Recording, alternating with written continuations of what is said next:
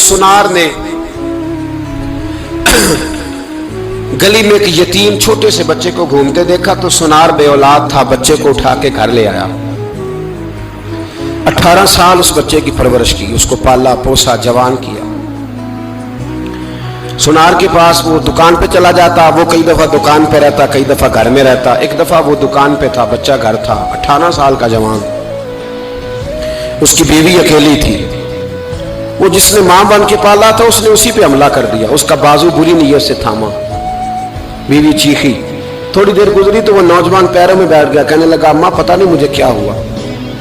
शाम को सुनार आया, बीवी चीखने लगी, चिल्लाने लगी, कहने लगी आज अजीब बात हुई, जिसको मैंने जिगर का खून दे दे के पाला उसी ने गंदी नजर डाली। सुनार महवे हैरत है। बीवी का ख्याल था कि लाठ उठाएगा, डंडा उठाएगा,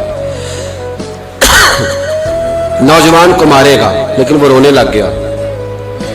उसने कहा आज उसने मेरा बाजू थामा है, जाने क्या किया है। परेशान होने लग गया, सजदे में गिर गया। कहा तू बताता क्यों नहीं? तो वो सुनार कहने लगा उसकी गलती नहीं, 18 साल के बाद आज मुझ पर भी शैतान सवार हुआ था।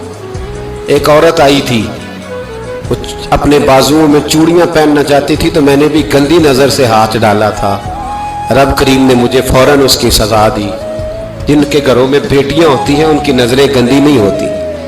जो बेटियों के बाप होते हैं, जो बहनों के भाई होते हैं, उनकी नजरें गंदी।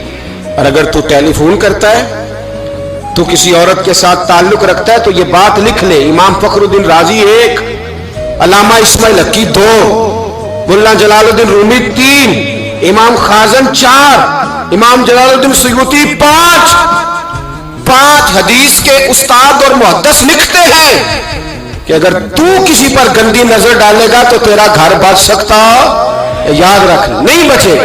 इसलिए कि तेरी नजर किसी की बेटी को बेटी समझ, ताकि तेरी बच्ची का पर्दा कायम रहे। किसी की बहन को, ये क्या बात हुई कि तू जितना मर्जी गंद मुआशरे में फैलाता रहे तेरा घर बचा रहे, ये कैसे हो सकता है? फइन्ना लहू मईशतन दंका, अल्लाह फरमाता है जिंदगी तंग हो जाएगी तेरे लिए मुश्किल। तू ढूंढता फिरेगा कि मैं मरने को जगह तलाश करूं। सच्ची तौबा करे, खरी तौबा करे। ये गुनाह इंसान को मजबूर कर देते हैं।